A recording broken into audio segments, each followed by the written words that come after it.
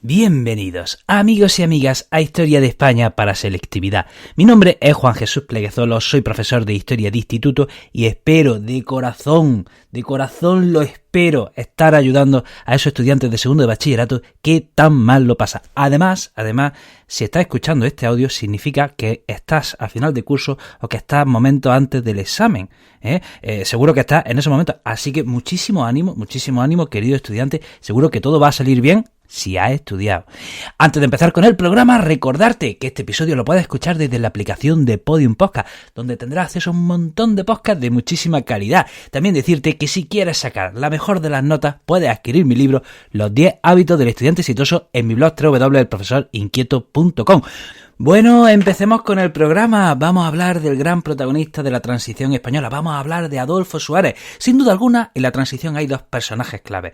Uno es el rey Juan Carlos y el otro es Adolfo Suárez. Adolfo Suárez tenía un plan, tenía una estrategia, tenía visión, tenía diplomacia y gracias a todo ello se fue capaz de transitar de un régimen dictatorial a un régimen democrático. Recordemos, Franco muere el 20 de noviembre de 1975. Franco era el jefe del Estado y el presidente de gobierno era Arias Navarro. Bien, a los pocos días de la muerte de Franco se nombra a jefe del Estado al rey Juan Carlos y el presidente de gobierno seguía siendo Arias Navarro. ¿Qué sucede? Llegamos a julio de 1976 y Arias Navarro dimite. ¿Por qué dimite? Dimite porque no era el hombre del momento. Dimite porque España ya estaba pidiendo cambios, España estaba pidiendo reformas, la sociedad estaba pidiendo una apertura, se quería una modernización y Arias Navarro, el presidente de gobierno, no estaba a la altura. Entonces se queda sin apoyos y dimite.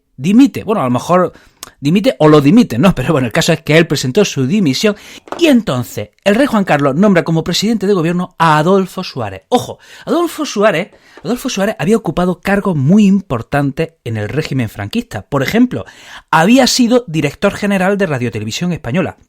Y en el momento en que le nombran presidente de gobierno, atención, ocupaba la Secretaría General del Movimiento. O sea, Adolfo Suárez era una personalidad, digamos, dentro del régimen franquista. ¿Y qué pasa? Que cuando lo nombran presidente de gobierno, bueno, pues lo atacan por todos lados. ¿Por qué?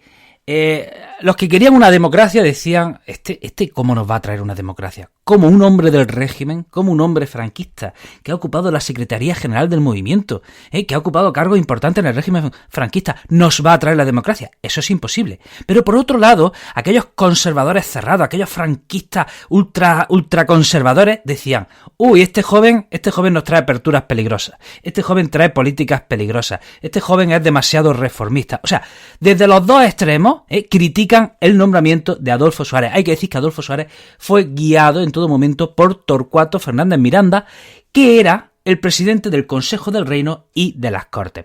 Adolfo Suárez nombra un gobierno con gente joven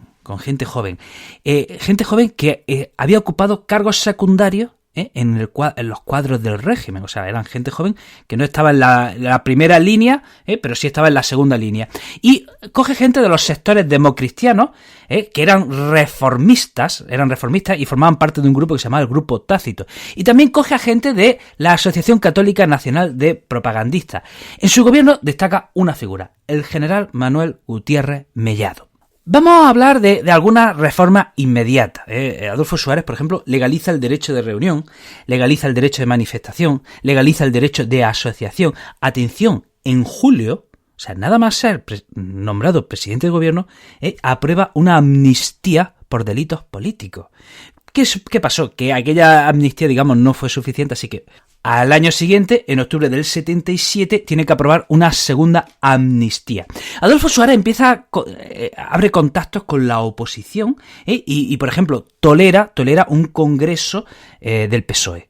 Tolera un congreso, la celebración de un congreso del PSOE, cuando se supone que estaba ilegalizado. Bueno, pues Adolfo Suárez tolera la celebración de ese congreso y empieza a negociar con la oposición política. Pero sin duda alguna, el punto principal de este gobierno de Adolfo Suárez, sin duda alguna, su gran obra maestra es la Ley para la Reforma Política. La Ley para la Reforma Política creo que es la ley más importante de nuestra democracia, incluso antes que la Constitución Española, porque esta ley es la que permitió la Constitución Española y la que permitió la celebración de elecciones. Adolfo Suárez presentó la Ley para la Reforma Política en septiembre, o sea, o sea, hagan cuentas, o sea, este hombre fue como el rayo, lo nombraron en julio, y ya en septiembre presenta el gran proyecto que era esta ley. Y esta ley para la reforma política, de aprobarse, suponía el poder celebrar elecciones generales con sufragio universal directo. ¿De acuerdo? Repito, la aprobación de la ley para la reforma política permitía que en España se celebrasen elecciones generales con sufragio universal directo. ¿De acuerdo? Eso era muy importante, Se aprobó el 15 de diciembre de 1976 en referéndum. Hubo una participación del 77% de la población y, atención, el 94% de los votos fue afirmativo. El 4 de enero del 77, esta ley entró en vigor y a los pocos días Adolfo Suárez suprime el Tribunal de Orden Público y empieza a desmantelar las instituciones del movimiento nacional. Esta ley no solo permitía la celebración de elecciones generales con sufragio universal, sino que hablaba de la hablaba de tener un sistema bicameral con un Congreso y un Senado, y hablaba también de la posibilidad de elaborar una Constitución. Y hay que decir que la aprobación de esta ley supone desmantelar el régimen, pero desmantelar el régimen desde dentro, a través de la reforma, sin ser rupturista.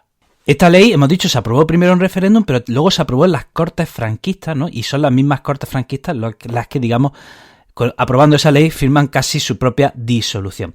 Bueno, una vez que se ha aprobado, atención, esta ley 4 de enero de 1977, bueno, Adolfo Suárez no para, o sea, este tío va embalado. Y atención, en febrero del 77, un mes después de la aprobación de esta ley, legaliza los partidos todos excepto el Partido Comunista Español.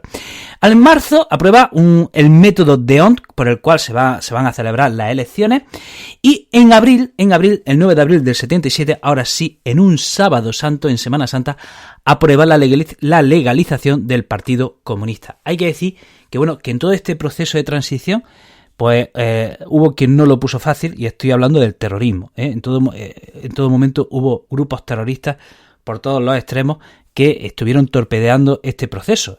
Por la extrema izquierda tenemos a ETA, los Grapos, los FRAP. También hubo terrorismo por la extrema derecha. Por la extrema derecha destaca el atentado de 5 abogados en un despacho de Atocha. Y bueno, aún así, todos estos atentados no consiguieron frenar la transición española.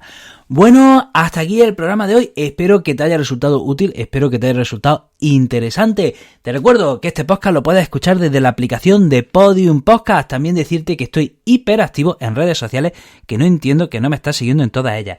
En Facebook soy Juan Jesús Pleguezolo, en Instagram, TikTok y YouTube el Profesor Inquieto, y en Twitter soy el Profe Inquieto. Querido amigo, querida amiga, te mando un abrazo enorme, te deseo lo mejor y nos vemos en el próximo programa.